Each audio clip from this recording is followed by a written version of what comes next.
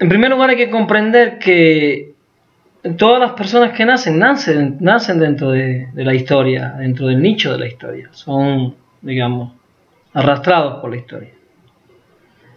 Y quieran o no, participan. Hasta los que deciden no participar, participan. México acaba de elegir un presidente con 30 millones de votantes. Sin embargo, México tiene 54 millones de pobres y 6 millones de pobreza extrema, tiene 60 millones de pobres. Hay 30 millones de pobres que decidieron participar no votando. O sea, la victoria fue menos contundente todavía. Entonces, ahí tú tienes dos grupos que tú pudieras preguntar, ¿tienen la misma condición en la historia? ¿Tienen la misma participación en la historia? Bueno, mira, los dos participan en la historia. Pero los que no votaron, probablemente, si son pobres, como sabemos, y han sido robados por siglos y le han robado sus recursos naturales, el agua, el aire, entonces no tienen conciencia histórica. No tenemos otra conclusión que sacar. Si están llenos de problemas económicos, algunos están en pobreza extrema y no salen a tomar partido en las elecciones para dejar plasmado su deseo de cambiar las cosas, pudiéramos decir que no tienen conciencia histórica. Entonces, un elemento fundamental para convertirse en sujeto de la historia es tener conciencia histórica. Ahora, tú me vas a decir, bueno, Miguel, ¿y qué es conciencia histórica? Porque yo sé de historia. Bueno, para mí, conciencia histórica no es solo saber historia. Tú pudieras saber historia y, sin embargo, adoptar una posición a favor de los explotadores. Tú pudieras saber historia y, sin embargo, adoptar una postura que beneficiara a los explotadores de la historia sin tú ser uno de ellos. Tú ser un pobre maestro de clase media que tiene conocimiento de la historia y, sin embargo, cuando votas por los partidos que han empobrecido al país del cual tú eres especialista en historia. ¿Sí o no? Entonces, ¿cómo yo comprendería la conciencia histórica? Yo diría, conciencia histórica es, en primer lugar, reconocer el despojo. No es solo saber los hechos de la historia que fueron ocurriendo uno detrás de otro. No, yo estoy hablando de que hay que reconocer el despojo. Hay que reconocer el robo al que hemos estado sometidos a través de la historia. Cuando digo despojo, me estoy refiriendo a todas las formas de despojo. Despojo de la tierra, que algunos lo llaman ecocidio, porque ese despojo incluye la destrucción del medio ambiente. El despojo de nuestros saberes, de nuestra espiritualidad, al que Guillermo Marín está llamando constantemente que nos acerquemos a esos conocimientos, ¿no? Que le llamamos epistemicidio. Desde aquí recomiendo buscar los textos y la página de Guillermo Marín y ver cómo incorporamos esos conocimientos a la escuela nuestra, que son tan necesarios. Y también estoy hablando de el genocidio, el asesinato de los habitantes de esta tierra, que es otra forma del despojo. Hoy el despojo de la verdad, a esta época se le llama la época de la posverdad y de la mentira flagrante, porque nos despojan la verdad, no nos dejan conocer la verdad. ¿Por qué razón? Porque un pueblo que tiene conciencia histórica no se deja esclavizar, se levanta y se arranca las cadenas. El aliado más importante, el imperialismo neoliberal del despojo, es la ignorancia. Un pueblo que no conoce su historia, que no tiene conciencia histórica, no se convierte en sujeto de la historia. Entonces, para nosotros, sujeto de la historia es la persona que tiene conciencia histórica porque reconoce el despojo. Y como reconoce el despojo, en segundo lugar, reconoce su enemigo verdadero. Esto es fundamental, bueno, porque a veces pensamos que el enemigo verdadero es un partido político. A veces pensamos que el enemigo verdadero es un candidato mediocre. O que el enemigo verdadero es un gobernador corrupto. Y eso nos crea la falsa expectativa de que si cambiamos de gobernador cambiarán las cosas, si cambiamos de partido cambiarán las cosas, y no reconocemos que el enemigo verdadero es el sistema imperialista y neoliberal del despojo, que se seguirá moviendo detrás de esas figuras. Entonces, conciencia histórica es reconocer el despojo y, en segundo lugar, reconocer al enemigo. Ahora, si yo reconozco el despojo, o sea, yo tengo conciencia del despojo, yo puedo mencionar el despojo con datos, demostrarlo con datos. Yo conozco el enemigo, pero aún así, yo pienso que no hay esperanza y me quedo sin hacer nada. Yo no me convierto en un sujeto de la historia. Yo estoy hablando de un sujeto histórico que reconoce el despojo, que reconoce el enemigo común que tenemos, que es el imperialismo neoliberal, ese, del despojo, y que además hace algo para cambiar la realidad. Es en ese hacer algo, en esa praxis para cambiar la realidad, donde se construye el sujeto histórico. Un sujeto histórico que va a ser derrotado tal vez muchas veces. Muchas veces. Yo recuerdo ahora, así como anécdota, luego de la derrota del asalto al cuartel Moncada, el compañero Fidel y los asaltantes de Moncada, la mayoría son asesinados, masacrados, van a la cárcel. Después de la cárcel, el exilio aquí en México. Empiezan a organizar el desembarco del yate Granma, 81 hombres. Y en el camino, el trayecto, Fidel conversando con ellos, cuenta uno de los comandantes de la revolución. Yo escuché a Juan Almeida hacer estas anécdotas. Y más recientemente hay una entrevista en Cuba Debate a Ramiro Valdés, se la recomiendo. Ramiro Valdés está diciendo, Fidel siempre nos dijo, hay tres cosas que tenemos que cumplir para llegar a la victoria. Necesitamos 3 cosas para obtener la victoria definitiva. Y él les decía, la primera es resistir, la segunda es resistir y la tercera es resistir. La insistencia, decía, nos va a llevar a la victoria. Bueno, la derrota del Moncada, vienen a México después de miles de vicisitudes, arman la expedición, consiguen el yate Granma con el cuate, aquel hermano mexicano que todavía sigue siendo hermano nuestro.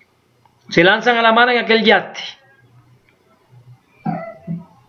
El cuate se quedó triste porque el cuate quería ir a Cuba. El mexicano con él me dijo, no, tú no te vas, tú te quedas. ¿Cómo que yo no voy? No, tú te quedas aquí, garantizar la retaguardia. Porque el cuate quería invadir a Cuba con los cubanos. Como el Ibelche. Llegan a Cuba. En el combate de Alegría de Pío los sorprenden. 81. Asesinan a la mayoría. Quedan 12. Y cuando se encuentran en Siete Palmas, los que iban con Raúl, con los que iban con Fidel, que sumaban 12, Raúl le pregunta, Fidel le pregunta, ¿cuántos trae? Bueno, somos 12, con 7 fusiles, dice, ahora sí ganamos la guerra. ¿Qué es eso? Entonces el sujeto histórico no cree en derrotas. Bueno, yo te puedo poner un ejemplo.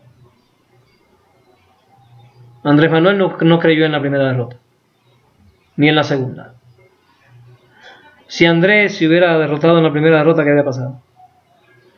Si se hubiera derrotado en la segunda, ¿qué habría pasado? Yo no estoy diciendo que el que escuche este video tenga que estar de acuerdo o no con Andrés Manuel López Obrador, pero lo que tienen que reconocer amigos y oponentes es que ese hombre no se deja derrotar por las circunstancias.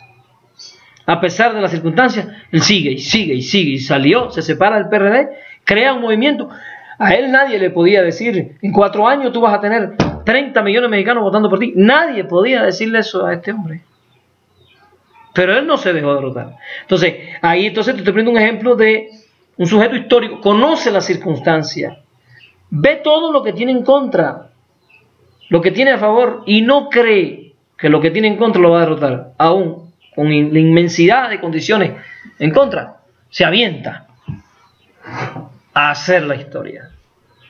Ahí tienes un sujeto histórico. Ahora, si yo tengo un maestro en una escuela que tiene que hacer un proyecto educativo emancipador para enseñarle a los niños las desgracias de este país y el compromiso que tiene con la historia, y ese maestro se vira para mí y me dice, oye, profe, ¿y cómo yo lo tengo que hacer? ¿Qué te está diciendo? ¿Está listo para ser un sujeto de la historia? ¿O quiere que yo le diga lo que él tiene que hacer para incorporarse al carro de la historia y decir, vamos a cambiar este país de una vez por todas, vamos a hacer algo para sacar a los niños de la ignorancia, para que dentro de 6 años las personas en este país digan, ¿sabes qué? Ya no me engañan más con un discurso, ya tengo conocimiento, ya sé. Pero entonces ese maestro se viene y me dice, oye, me están diciendo que haga esto, pero nadie me dice cómo lo tengo que hacer, no me orientan, no viene el CD22, mi supervisor, dónde está mi mesa técnica, a indicarme cómo yo tengo que hacer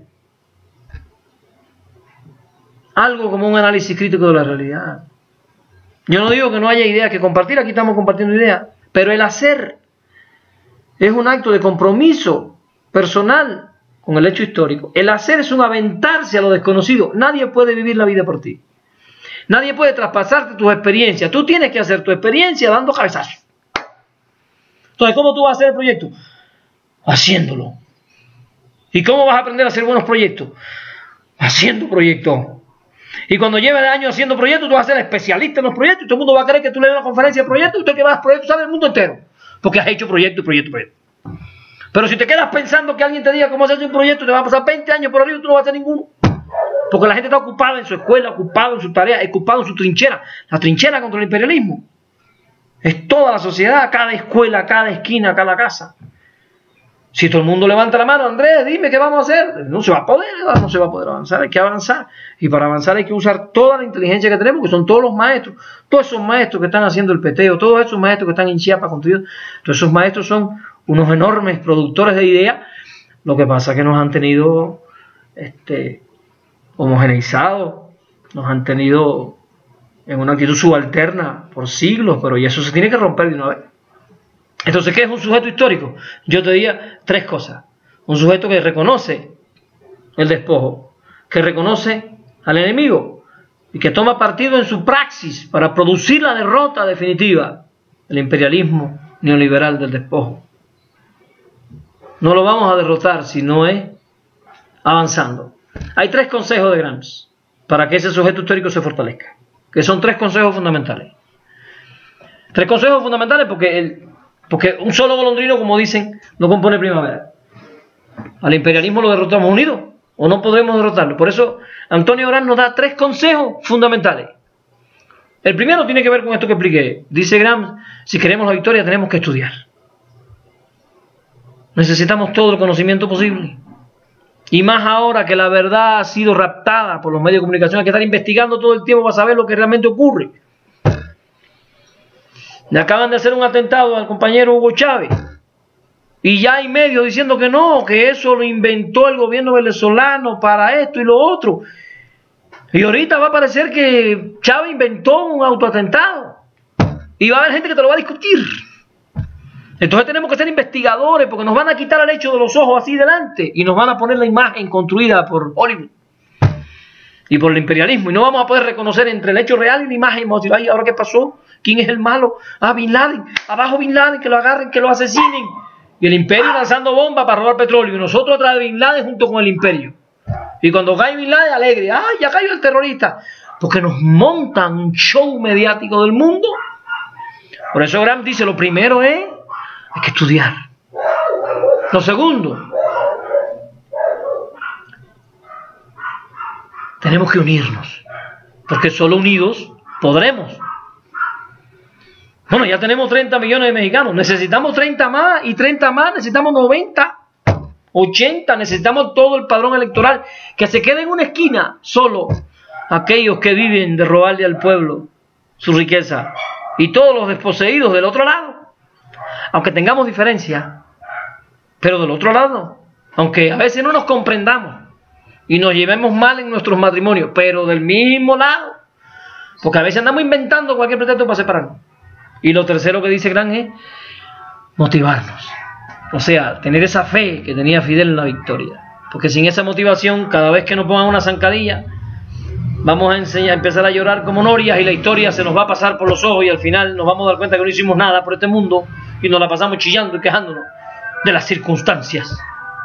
Tendremos que organizarnos de forma tal que pongamos las circunstancias a nuestro servicio. No importan las circunstancias, ya estamos en la victoria. Ahora hay que consolidarla. Y para consolidarla necesitamos sujetos históricos. ¿Y quiénes van a formar los sujetos históricos? ¿Walt Disney? ¿Mickey Mouse? ¿El Pato Donald? ¿La Guelaguetza? ¿Cuál es la única institución? La única institución en este país que puede ocuparse de construir un sujeto histórico. La escuela. a ninguna otra. No hay ninguna otra institución que pueda ocuparse de construir un sujeto histórico capaz de cambiar la historia. La única es la escuela. ¿Y quién es el que está al frente de la escuela? ¿Quiénes son? Las maestras y los maestros.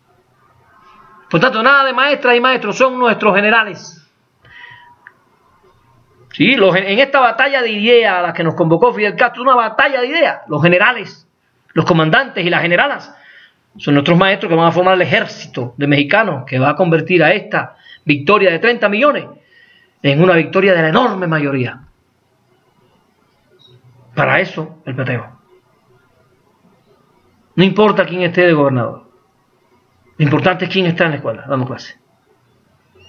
No importa lo que haga el gobernador. Lo que realmente va a importar es lo que hagan las escuelas. Le doy las gracias a mi amigo el Güero, que aquí lo tengo, me hizo la pregunta. Le doy las gracias por seguirnos, los invitamos a que se suscriban, si les gusta, por favor, ayúdennos.